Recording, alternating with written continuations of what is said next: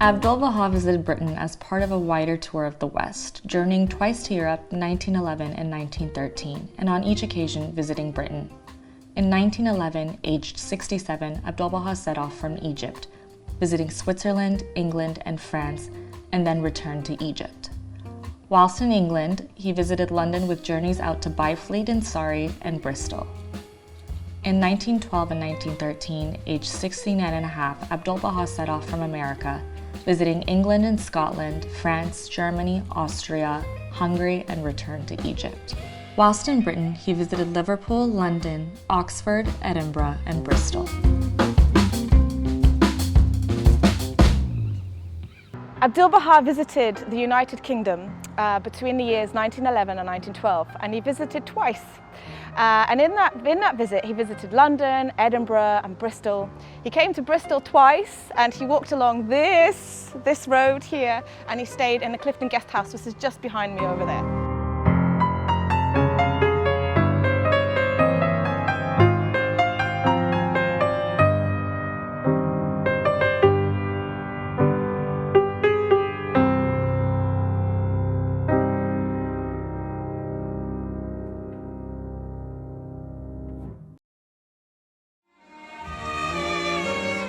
On the first afternoon, observing a young woman who rode by on horseback with her hair flying free, and several who bicycled past on their bicycles unattended, he said, "This is the age of woman. She should receive the same education as her brother and enjoy the same privilege, for all souls are equal before God. Sex and its relation to the exigencies of the physical plane has no connection with the spirit."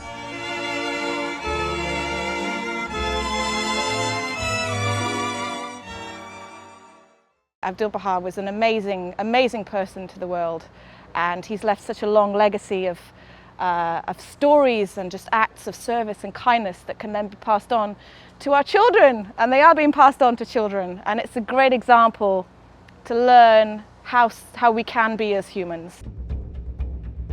In 1903, Emmeline Pankhurst founded the Women's Social and Political Union to achieve women's suffrage. She was one of the most famous and influential British suffrage leaders. Her embrace of protest and direct action in the early 1900s marked a new phase in the battle for women's votes. Pankhurst was imprisoned many times. At one meeting, Abdu'l-Baha asked Emmeline Pankhurst, the suffragist, "Give me your reasons for believing that women today should have the vote." She answered, "I believe that humanity is a divine humanity and that it must rise higher and higher, but he cannot soar with only one wing." Abdu'l-Baha expressed his pleasure at the answer and smiling replied, "But what will you do when one wing is stronger than the other?"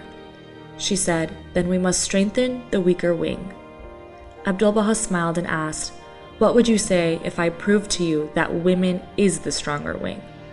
The answer came in the same bright vein, "You will earn my eternal gratitude."